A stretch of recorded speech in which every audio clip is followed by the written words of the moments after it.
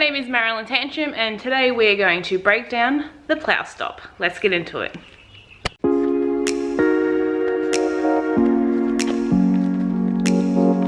Okay, so the plough stop, it's super important in roller derby to nail a plough stop. So why it's so important, it's a stop that we mainly use to slow down and speed back up again. Easy, right? But I find when I coach this, people need the most support around a plough stop. Now everyone does plough stops differently. That's fine. I'm going to show you how I do mine and maybe you can try and we'll go from there. So first off, you're going to make sure that you're nice and warm and you got all your gear on, because we train how we play. We do everything with purpose. So we make sure even when we're training at home that we have everything on.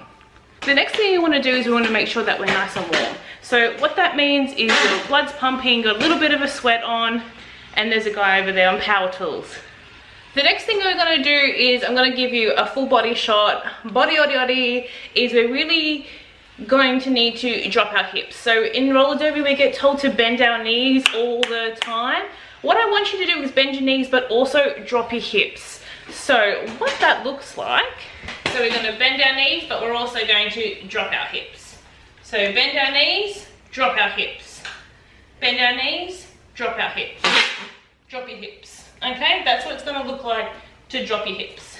So after we bend our knees and drop our hips, that's the first part of getting nice and low and getting prepared to do that stop. So we always want to prepare ourselves for success. You never ever want to go into a plough straight up with straight knees.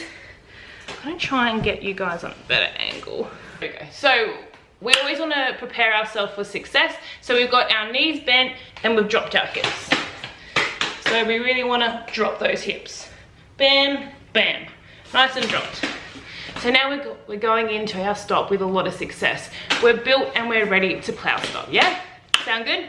Cool. Next thing we want to do is get our body used to what a plough stop is going to feel like. So in your warm-ups, you might want to do your eggshells. They look like this. Because all a plough stop is basically an eggshell. We're just making a dramatic stop. Everything we do in roller derby is dramatic and for a purpose.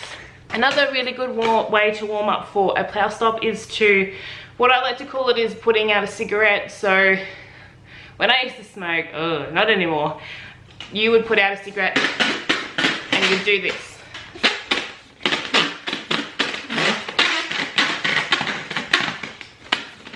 So how we're making this happen is the weight is slightly in the front of our skate and the back is up like this. And we're just making it kiss the ground. So the back wheels are kissing the ground. You make that sound.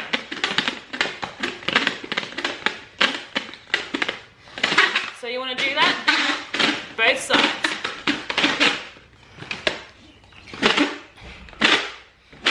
And you can practice it in your eggshells.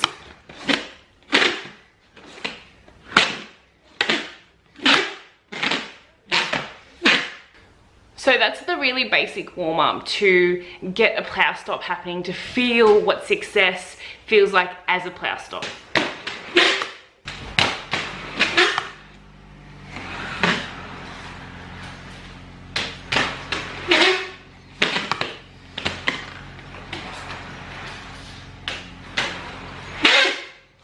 Okay, so now I'm going to quickly take you through a one-legged plough stop, which is super important again, to make sure you give people room when you get into the contact stage of roller derby, and you want to make your plough as small as possible so you're not tripping people.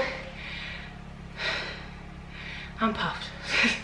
So you want to make your plough as small as possible, so that's why one-legged ploughs really come in handy, to the point where I only ever do one-legged ploughs now because they're nice and small and it makes you nice and agile to get out of. So I'm going to show you that. Now, the best way I can explain a one-legged plough is, again, we're going to drop our hips and we're going to have our nose, our knee and our skate all on one side. So you're really loading up one side, so one foot can come up off the ground. I'm going to show you. So you're going to go nose, knee, skate, all on one side. So this leg, if it needs to, can have a party up in the air. Nothing's going to bother this side of your body. Nose, knee, skate. whoosh, whoosh. That's how we're gonna do our one-legged plow. So this leg can come out in front. So you can just practice that on the spot always. Make sure your body, nose, knee, toe, come out. Come out. Just like that cigarette butt thing we learned.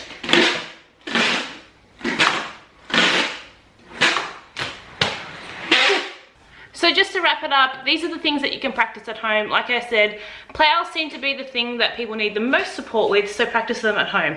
Remember, drop your hips as well as bend your knees. Remember, with that cigarette out. Also remember, everything you do it with purpose. Make sure it's dramatic. So you really want to smash in that plow stop. Don't think about it, just do it. Another thing I can say about plow stops is that you make sure you do everything with a little bit of speed. I know it can be really, really scary, but plow stops are a lot easier if you have a little bit of pace behind you. Not so slow, a little bit of pace.